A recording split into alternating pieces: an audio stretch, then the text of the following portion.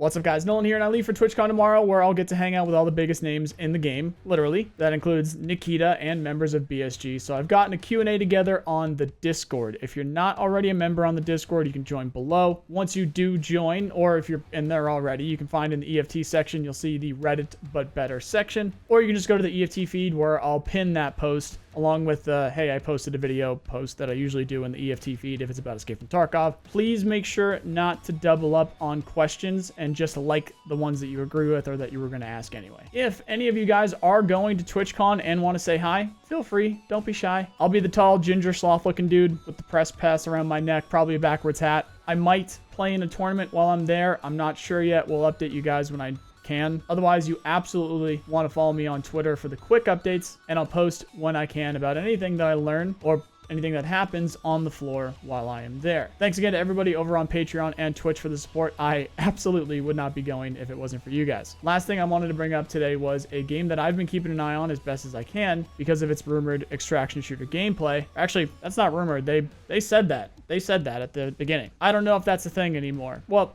let's get to the point here. It's looking like it's going to be moving out of view for us as Escape from Tarkov fans over here, or just general extraction shooter fans. What I mean by that is, from these latest round of rumors, it doesn't sound like something I'm confident we as extraction shooter Escape from Tarkov fans would be super interested in. And what I mean by latest round, there was a round of rumors that popped up from a playtest group last year, where again, the rumor is that when asked whether these quoted Escape from Tarkov creators who got to play Marathon played the game, they were asked if they would buy that game tomorrow if it released tomorrow, and none of them said yes. That was the initial round of rumors. That was over a year ago. Well, according to Paul Tassi of Forbes, it's looking like it's going to be more of a hero shooter now, and the closest point of comparison would be Apex Legends. This for sure falls in line with what I've been worrying about since the beginning, and a topic that I've talked about numerous times now. As popular as Escape from Tarkov is, it doesn't work if it's being made at scale by a AAA studio. There's too much cost behind the development, and they will need more assurances that it will make more money, especially if you're Bungie right now. If you guys keep up with that, Bungie is not in a good spot right now. So if you are Bungie, you end up making changes to be more inclusive, or they load it with pay to win and hunt for whales,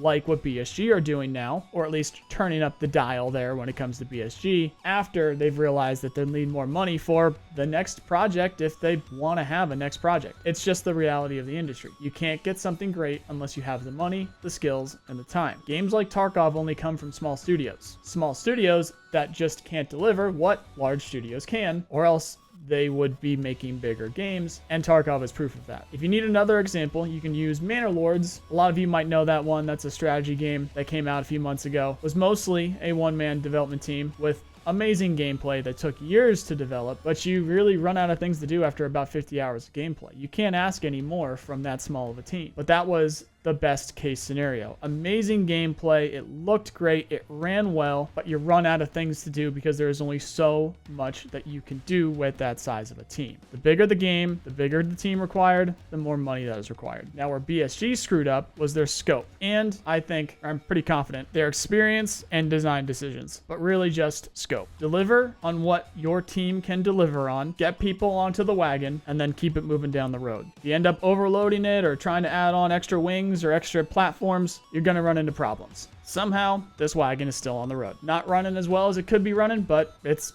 still there. So TLDR, Marathon could end up being a really cool game, but it might not end up being our cup of tea at the finish line. We'll have to wait and see. On that note, the games I am keeping an eye on is Gray Zone Warfare, Beautiful Light, and Road to Vostok, on top of course, Escape from Tarkov still, all of which are anticipating some big releases soon, so stay tuned for more on those. That's going to do it for today, guys, though. Click all the buttons on the screen to support what I do. I have a Patreon and a Twitch channel where I stream lots of different games on a daily basis, all linked below. You can also check out my other YouTube channels for other games right here, like Star Citizen, Broken Arrow, and Ashes of Creation. Otherwise, thank you all for watching, and I hope you have a nice day. See you guys.